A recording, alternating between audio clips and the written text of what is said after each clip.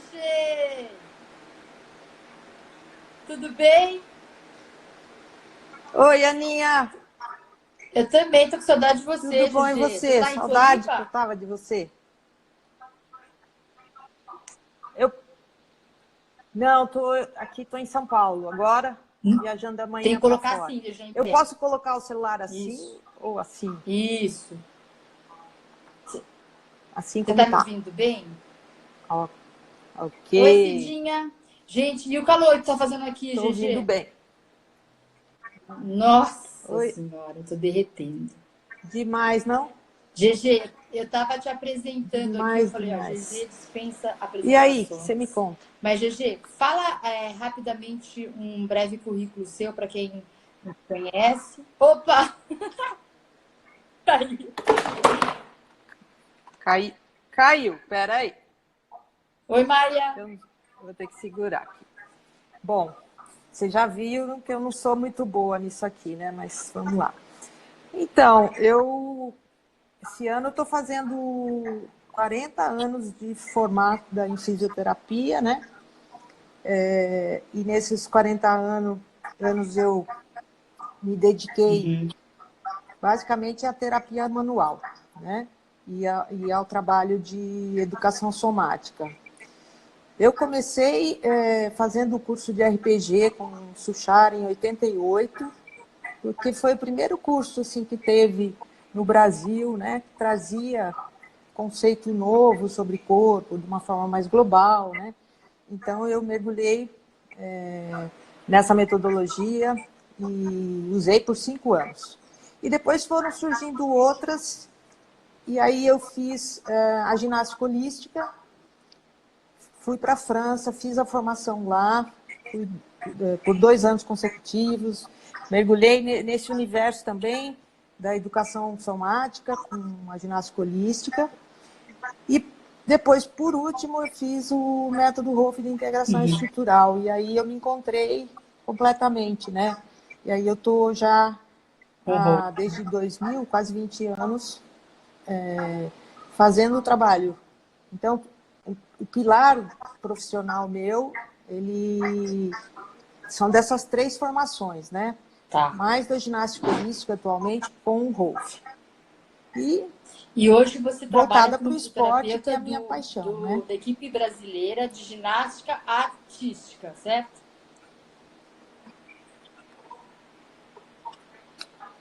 Isso, eu estou desenvolvendo já também há 5 anos um trabalho com a Seleção Brasileira de Ginástica Artística.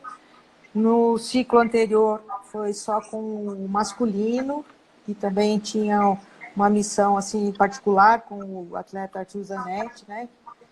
E agora eu também faço parte da seleção feminina e estou mais como coordenadora e tentando passar adiante um pouco de tudo que eu vivi, né? E essa questão de enxergar o corpo de uma forma mais holística, né? Não em pedaços, como é o que a gente tem estudado na fáscia, E falando em fáscia, com a GG, fáscia, né? Com os conhecimentos da fáscia. vamos.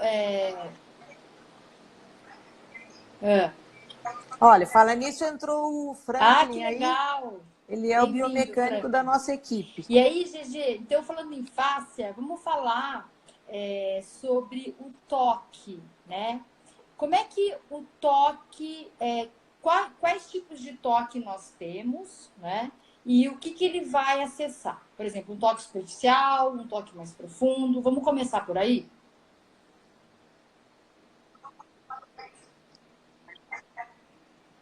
Vamos começar por aí, sim. Aliás, eu tenho falado sobre isso nos cursos, porque há bem pouco tempo, né, a gente fazia tudo intuitivamente, né, e não tinha evidências apontando para os resultados positivos. Ainda precisa de muito mais, mas hoje, com as pesquisas, principalmente do Robert Schleip e outros autores, a gente sabe que nós estamos interferindo com o ambiente mecanobiológico. A gente está, com o nosso toque, a gente está interferindo com as células, né? Então, a gente não está só alongando um músculo ou um tecido que a gente pode sentir na mão e visualmente ver as mudanças, né? Mas agora a gente começa, graças a, eu acho que a microscopia eletrônica, a nanotecnologia, estão vindo muitas informações super interessantes da resposta ao toque. Então, tem algumas coisas que já facilitam bastante, né? Que a gente sabe que a fáscia, ela é rica em mecanorreceptores. E esses mecanorreceptores, eles levam informações para o sistema nervoso central, né? E devolvem alguma resposta, que pode ser uma resposta motora, que pode ser uma resposta de relaxamento, que pode ser uma resposta emocional, enfim. E a gente pode agora controlar esse tipo de estímulo para obter determinadas respostas, né? Então, a primeira informação que nos chegou era sobre a inclinação da mão.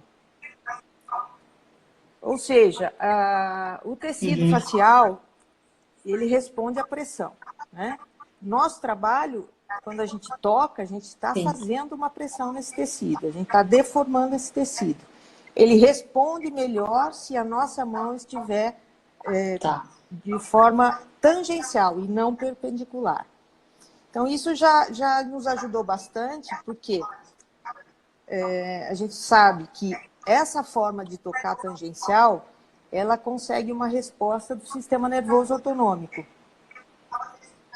Então, isso já ajuda, porque eu falo que a gente, com as mãos, a gente consegue desligar um disjuntor, né? Porque a gente não vai conseguir resposta nenhuma de alguém que está tenso, que está com um nível de atenção muito alto, que está preocupado com alguma coisa. Então, a gente precisa, primeiro, conectar com essa pessoa, né? E agora a gente sabe que aquele conceito de quanto mais força, melhor, quanto mais doer, melhor, isso está caindo por terra. Tá? Você deve ver absurdos por aí, eu também tenho visto absurdos, né? De pacientes, atletas, se contorcendo ao receber uma liberação miofascial, né? Isso a gente entende que é a falta ainda de conhecimento dessa área, de como funciona esse ambiente biológico, né? A resposta da pressão, né? Então, essa é a primeira coisa, a gente tem que arrumar a mão para ser tangencial. A outra questão é que o tempo é importante nessa equação. Então, quanto mais tempo eu emitir essa pressão no mesmo local, de forma sustentada, ou seja, eu não aumentar a carga dessa pressão, eu vou ter mais respostas ainda celulares. Eu vou ter a deformação desse ambiente com respostas metabólicas importantes, né, que são úteis, por exemplo, na recuperação de um atleta, entre um treino e outro, que é o que a gente tem investido muito hoje em dia no recovery, né? E a massoterapia, as terapias manuais, a liberação miofascial, ela ocupa, se não o primeiro, entre primeiro e segundo lugar, com mais eficiência na recuperação do tecido facial, né? Do tecido conjuntivo, vamos dizer assim, porque alguns tecidos faciais ainda não são considerados, alguns tecidos conjuntivos não são considerados tecidos faciais, né? Então, a gente pode falar de tecido conjuntivo, né? Então, é isso. A angulação é importante, o tempo em que você fica com a pressão sustentada e a velocidade também, né? Então, a gente está lidando com um tecido que tem um comportamento viscoelástico. E todo tecido que tem esse comportamento, a gente pode comparar isso com, por exemplo, a areia da praia, né? Então, você tem ali a areia suspensa em água, né? Então, ali você tem uma estrutura arruma um pouquinho fazendo sua uma tela, que está comparação bem aparecendo só simples, né? aí, melhor. Se você... Tá ótimo. Tá. Então, se você tentar deixar sua marca na areia, se você pisar estiver correndo, você não vai conseguir deformar tanto essa areia. Por quê? Por causa da velocidade da pressão. Se você estiver parado e fizer muita força, você também não consegue afundar, porque ela trava, Sim. né? É uma reação fisiológica. E o tecido corporal é a mesma coisa. Se a gente iniciar uma manobra de uma forma abrupta e muito rápida, você vai ter uma resposta de tensão, que não favorece o resultado que você quer, né? Sim, sim. Então, essas três Então, coisas eu resumindo, para acho que quem já está nos ajuda entrando, muito, é você não acha? importante o toque ser tangencial, porque faz com que o cliente baixe o nível de estresse, de tônus e ele se conecte melhor, certo? Depois é uma pressão com uma Isso. carga sustentada. Não precisa ser uma pressão profunda, que o cliente sai de lá roxo e fica morrendo de dor. Não é por aí, né, GG? Não é por aí. E a velocidade também Não é é por aí. importante. O tempo dessa pressão e a velocidade também é importante. Então, 3 parâmetros importantes. E aí, GG, a gente tem que saber o que a gente quer com aquele toque, né? Então, tem que estabelecer primeiro o objetivo. Por exemplo, com Sim. seus atletas lá da seleção, você usa a liberação em que momento? Mais para recovery? Como é que se encaixa aí no treino do pessoal lá dos atletas?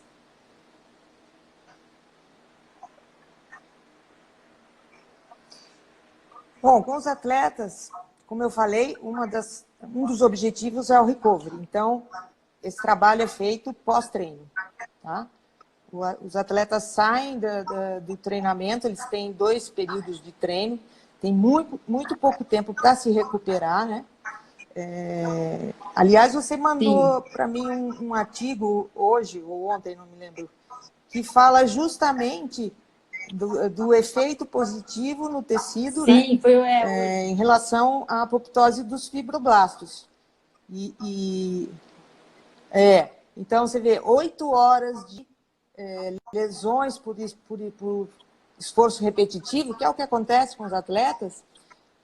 Vamos imaginar um determinado ponto, 60 segundos de liberação miofascial naquele local diminui tremendamente a taxa de apoptose e a presença de fatores como creatinoquinase, que são fatores de intoxicação do músculo, né? Enfim, a parte bioquímica para mim ainda eu estou desbravando isso aí, estou descobrindo essa parte. Mas enfim, a gente sabe que os artigos, Comprova. os trabalhos que eu tenho lido são todos a favor da liberação miofascial, né? Então, isso aí está muito Tá constatado bem na escrito, né? literatura, a gente fica bem à vontade para usar, Esse pós-treino. trabalho, pessoal, foi escrito por um autor chamado Bem Meltzer, descrito, né, isso. GG? Em 2010. Ele faz uma experiência in vitro, e é o que a GG Isso. falou, 8 horas, ele pega o fibroblasto, e esse fibroblasto recebe um estresse, e depois, com 60 segundos de liberação miofascial, diminui, né, GG, a apoptose e esses catabólitos que estão presentes pós-estresse. Quem quiser esse artigo... Isso. Quem quiser esse Isso. artigo, pessoal, eu Acelera a tenho aí absorção disponível, disso, também né? mandar um direct, eu envio para vocês. E, GG, aquele outro artigo que eu também enviei ontem, falando da palpação, né? Que quando a gente faz o toque, a gente também tem que lembrar da fáscia líquida, que é a linfa que está passando por ali, né? Porque os movimentos das células nesse líquido, eles causam como se fosse uma pequena vibração e fazem uma comunicação de célula para célula e para todo um tecido, né? Então, também tem que lembrar disso. Legal, né? Isso, fantástico esse artigo também. E esse artigo também fala, né, que as nossas mãos, Sim. elas têm também mecanorreceptores, né? Então, as nossas mãos, elas conseguem detectar, quando elas tocam o corpo de alguém, esse tecido, a gente consegue saber a umidade desse tecido, a gente consegue saber o tamanho, a gente consegue determinar qual é a resposta que a gente está tendo, né? Com determinada pressão.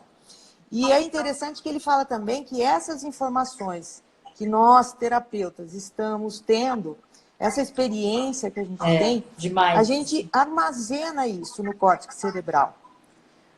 Ou seja, você vai trabalhando, vai experimentando e cada vez... Eu acho assim que todos nós, fisioterapeutas, já ouvimos o paciente falar assim, nossa, você vai direto naquele lugar, parece que você enxerga, né, com a mão, né? Então, isso não é sorte, é porque a gente vai armazenando uma experiência que a gente nem se dá conta disso, e aí a nossa intenção de ter aquela mesma resposta, como a gente já tem essa experiência no córtex, ela já se antecipa. É diferente isso, né? Enfim, são coisas novas que estão vindo aí. Sim. E que reforçam a GG, importância do trabalho manual. No curso da GG que eu fiz em setembro do ano passado, em Floripa, setembro não, dezembro, a GG falou muito do toque com o movimento, né? Vamos falar um pouquinho disso, GG, porque na prática a gente percebeu o quão rico é associar os dois, né? Fala um pouquinho da sua experiência disso, por favor.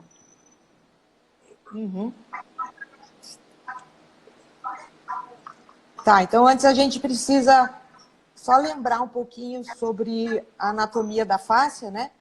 E essa nova maneira de classificar a fáscia entre fáscia sólida e fáscia líquida, eu acho fantástico, porque facilita a vida de nós, terapeutas clínicos, que não gostamos de muita teoria, né?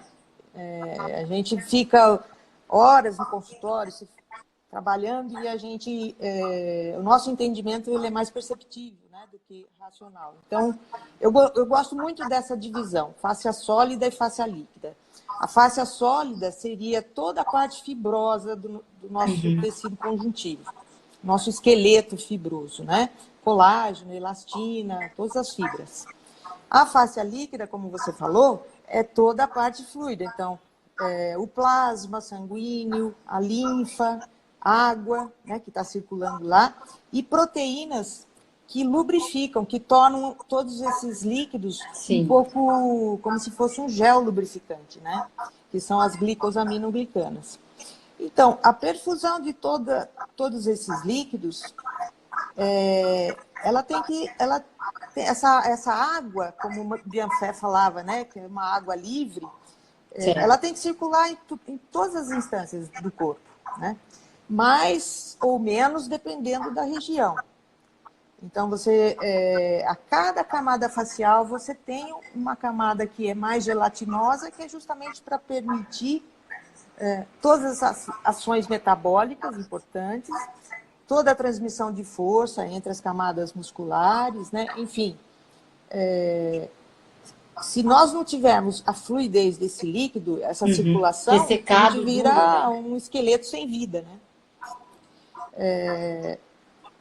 Ressecado, duro. Então, o que faz tudo funcionar é a parte líquida. Sim. A gente tem que começar a olhar diferente para ela, né?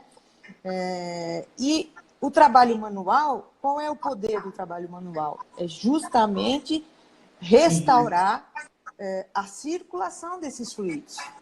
A gente não faz nada além disso. A profundidade que você vai trabalhar, aonde você vai trabalhar, baseado numa avaliação prévia, onde você, com a palpação, você sabe que aquele tecido está endurecido, e esse líquido não está circulando. E isso compromete a qualidade do movimento, que é mais um parâmetro para a gente saber que a fáscia está densificada. Então, você tem fatores que você detecta com a palpação e com o movimento. Pois bem, o que a gente vem verificando? Isso eu aprendi no Rolf. Aliás, toda a minha bagagem vem desses métodos que eu falei para vocês, né? E no Rolf, a metodologia, na verdade, se chama integração estrutural. O que é integração estrutural? Não é só fazer a liberação miofascial e deixar o tecido solto, porque se não houver a integração com o movimento... Não tem objetivo, né? Isso se perde. tá? Porque você não se mantém isso. Por quê? Porque a gente tem... eu vou dar um exemplo de uma atleta que eu e o Franklin, que está aí me ouvindo, nós fizemos um trabalho com ela semana passada. Então, a queixa dela é uma periostite, uma dor muscular no gêmeo medial. Tá, tem que fazer analgesia, mas independente disso, o que a gente foi? A gente foi olhar e analisar a estrutura dela. E como é que essa estrutura se comporta no movimento, na corrida, por exemplo. Então, o Franklin avaliou a corrida dela, eu fiz a minha avaliação e a gente percebeu que os tecidos dos membros inferiores estavam torcidos e ela desenvolveu um padrão de corrida totalmente em rotação externa. E justamente a parte medial é que recebe a maior carga quando ela ataca o solo. Não está claro. Né? Na passada, não sei se eu estou sendo claro.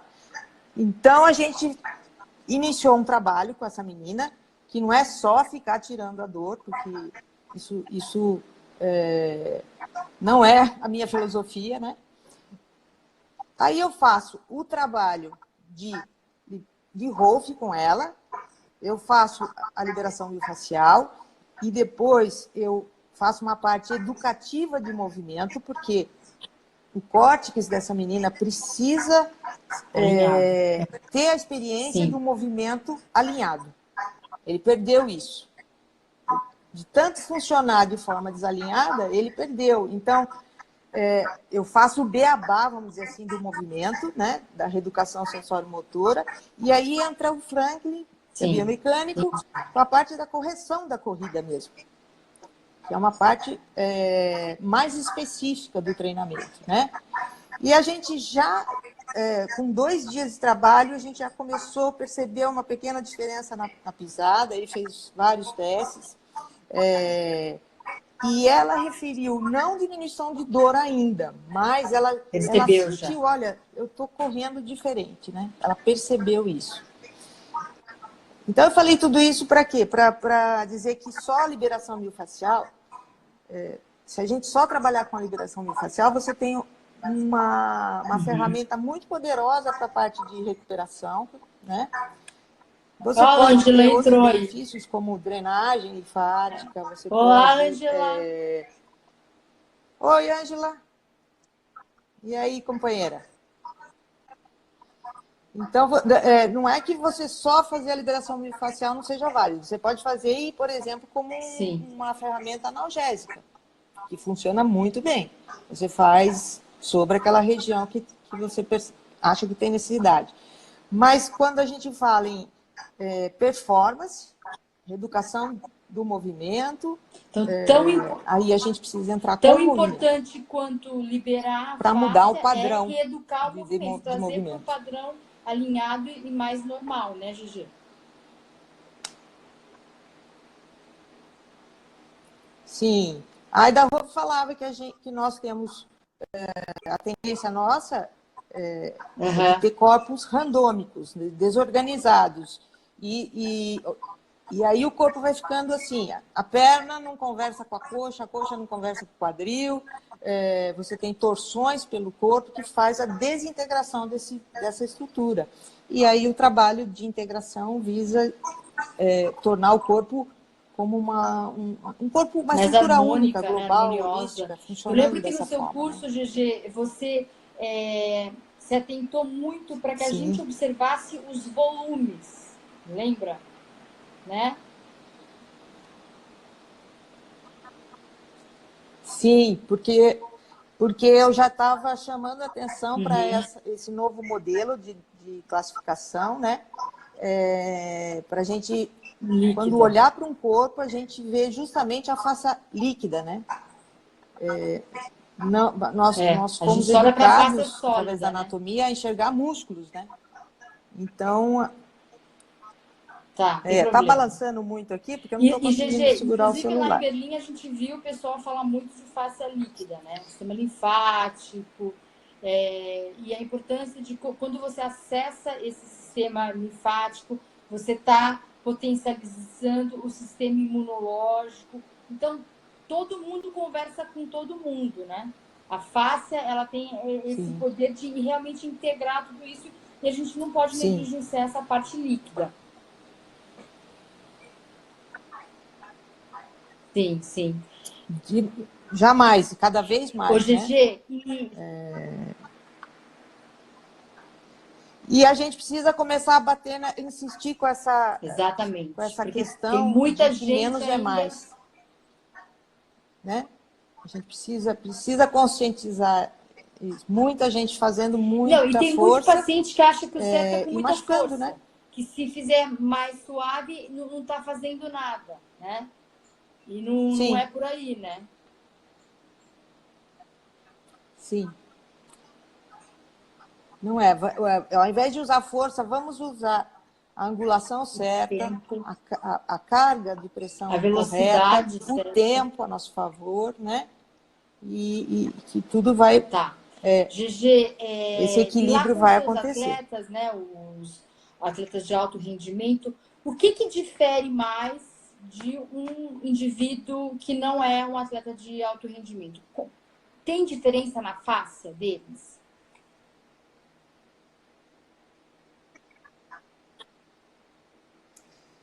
Tem diferença, porque eles têm um percentual de gordura, a não ser que eles estejam fora de forma, voltando de férias, né? Mas quando eles estão em forma, eles têm um percentual de gordura muito baixo. E aí a deformação é mais lenta, mais difícil, a deformação do tecido, né? Aí você tem a impressão de que você não está fazendo muita coisa quando você está trabalhando, porque você está praticamente em contato com a fáscia profunda, que é a fáscia muscular. Então, é a experiência que faz você perceber que cada corpo reage de uma forma, cada dia o mesmo corpo reage de uma forma diferente e que você tem que seguir isso. Não tem uma receitinha de bolo, né? É essa experiência tátil que vai conduzir o seu trabalho, né? Mas o que é mais diferente é isso. Eles não mudam muito visualmente, porque tem pouco percentual de gordura. Eles têm músculos muito fortes e rígidos, né? Porque treinam demais, treinam 6, 7 horas por dia. Então, o trabalho, claro, o trabalho do fisioterapeuta e dos profissionais que trabalham com alto rendimento é um trabalho... às vezes eu sinto que eu estou tirando água de um barquinho furado, sabe? Mas é apaixonante. A gente vai, Ô, vamos GG, até e o não vamos ovo desistir, você não. Vamos usa tentar antes e ajudar depois do esses treino atletas. com qual objetivo?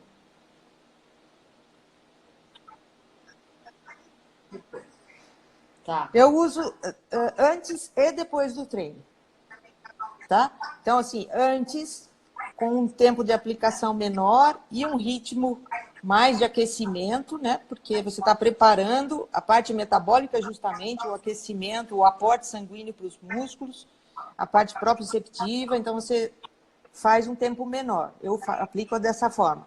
E depois do treino, aí, de uma forma mais... com o objetivo de sedação, vamos dizer assim. Aquela história de diminuir o ritmo, aumentar o tempo, para que o sistema nervoso autonômico responda, o parasimpático, e você tem a contribuição, né, da parte neurológica desse Vamos, GG, ó, já deu esse 33 relaxamento. minutos de papo, viu como passa rápido? Vamos, Nossa, vamos abrir para passou as rápido. pessoas que estão Graças nos a assistindo. Deus. A GG estava Eu nervosa, estava gente. Eu falei para ela, muito GG, preocupada com relaxa, isso vai dar aqui, tudo viu? certo. Vamos abrir, GG, para as perguntas. Quem estiver nos ouvindo, pode mandar as perguntas. Enquanto isso, GG, conta pra gente quando é o próximo curso aqui em Sampa.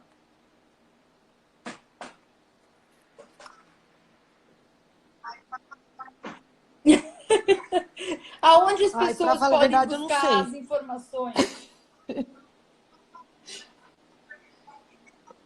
Eu não sou boa, Então nisso. entra Bom, no quem tem site da promovido Cefisa. meus cursos é a Cefisa, né? Então, entra no site da Cefisa. Eu tenho programado um curso para Campinas, Tá. um para São Paulo e um para o Rio. Esses são os três principais. E eu quero contar aqui para vocês que esse curso não é dado só por mim, ele é dado pelo Felipe Tadiello também, pela Maíra Roverati. Os três fizeram a formação de Rolf e seguimos o conceito de Rolf para fazer a liberação miofascial. Oi, Tracy.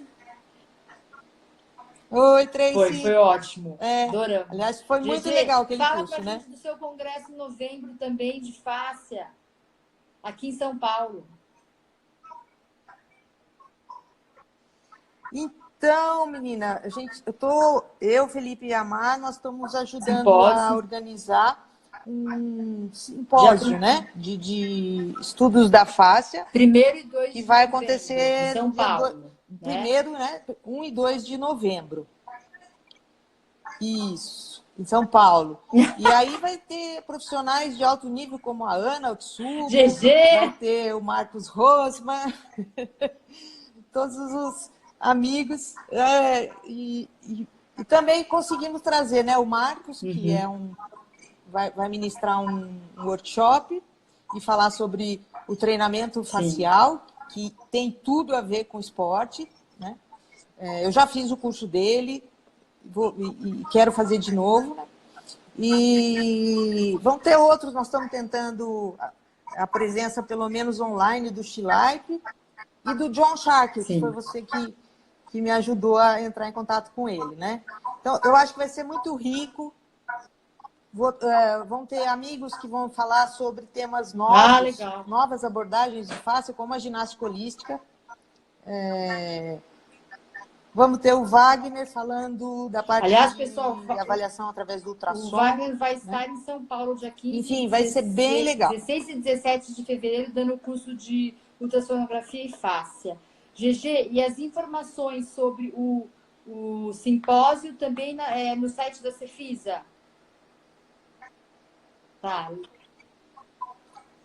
Também é Cefisa, isso. Eles têm feito algumas promoções e o valor é bem acessível desse simpósio. Então, assim, para a moçada que está se formando agora, que uma boa oportunidade, ter um contato com a fáscia, né?